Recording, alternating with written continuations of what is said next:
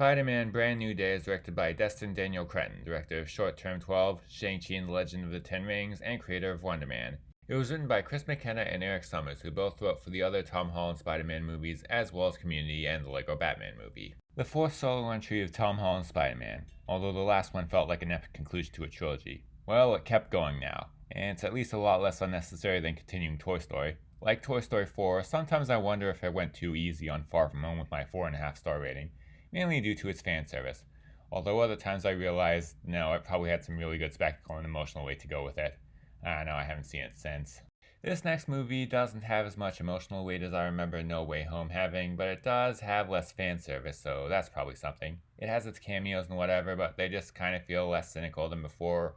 More like moving the plot forward, less like wish fulfillment. But I'm not saying Brand New Day doesn't have emotional weight. It deals with the consequences of the end of the last movie and takes his newfound loneliness seriously, to great effect, both in how that struggle is portrayed and in its culmination. The story is standard for Marvel fare, although it kinda leans into some of the themes that Thunderbolts explored with its conflict and works in the same way, making it not deep, but less meaningless. There are a couple surprises, some of them including things that tease more stuff for Marvel ahead, but unlike some other Marvel movies that do that, this actually fits in with the story. It's not stopping the movie just to set up more sequels. It's actually using the story to bring someone into this world.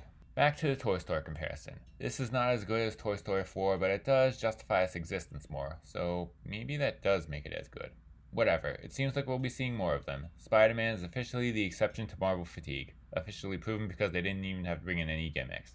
And with this one, the quality doesn't show any signs of slowing down either. It's a fun Marvel movie that isn't afraid to go slightly deeper than that sometimes.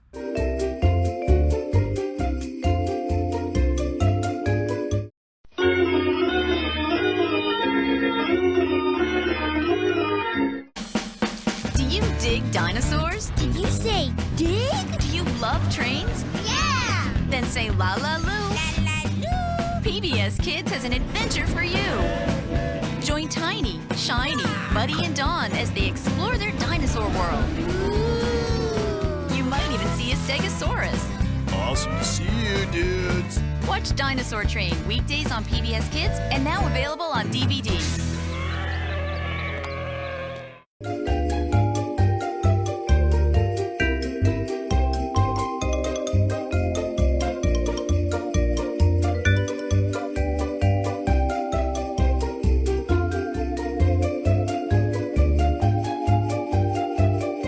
The End of Oak Street is from writer and director David Robert Mitchell, the mind behind It Follows and Under the Silver Lake. In it, an entire neighborhood is suddenly transported back to the prehistoric era, an event that's thankfully never explained. Which is great because the lesson movie would probably try to make up some sort of explanation and the whole thing would just be stupid. But anyway, it's told pretty much entirely from the point of view of one family, that of Anne Hathaway and Ewan McGregor as they try to survive this new hellscape. It opened the same weekend as Paw Patrol the Dino movie. We barely get any dinosaur movies that don't have the word Jurassic in the title anymore, and they all basically came out at the same time. Obviously, Paw Patrol is a deep, mature outing for adults, but either way, we're talking about this one now. This movie's premise sounds like something from a 50s B movie or an episode of The Twilight Zone.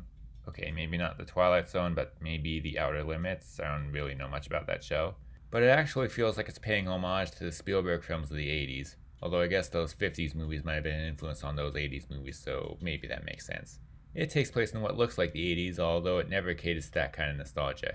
You know, I'm not complaining, but why does everything that pays tribute to that kind of movie need to take place in that era? Modern kids can still run from dinosaurs. But whenever this takes place, it's still a fun movie full of great dinosaur action. Possibly the best dinosaur movie we've gotten in a long time. Meaning better than most of the Jurassic Park movies. No gimmicks, no trained dinosaurs, no hybrid monstrosities, just regular people trying to escape the dinos. And it is as intense as any movie in that regard, with a few surprises that make the danger feel more real. This is kind of being viewed as like a family-friendly type dinosaur thriller, but the violence does push the boundaries of PG-13. If you told me this was rated R, I'd have believed you if I hadn't already seen PG-13 in all the ads. The Odyssey was rated R for violence, but this is bloodier, so I don't know what's going on there. The ending takes a very unexpected turn, and I can't tell whether it's clever and different or just really dumb.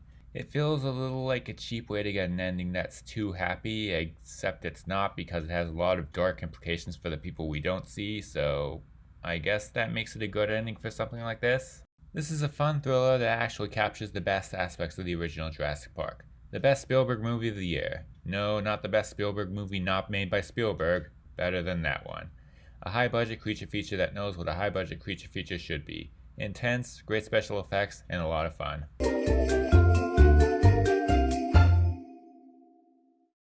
The End of Oak Street is a movie about people in danger of being killed by monsters. What if that, but also sex? Please consider supporting the Seed and Spark page for my next short, The Last Film of Richard Dick, about a washed-up, misogynistic adult film star who signs on to a movie that may be deadlier than expected. Link in the description. You'll also see the link to my Patreon. Please consider joining that too.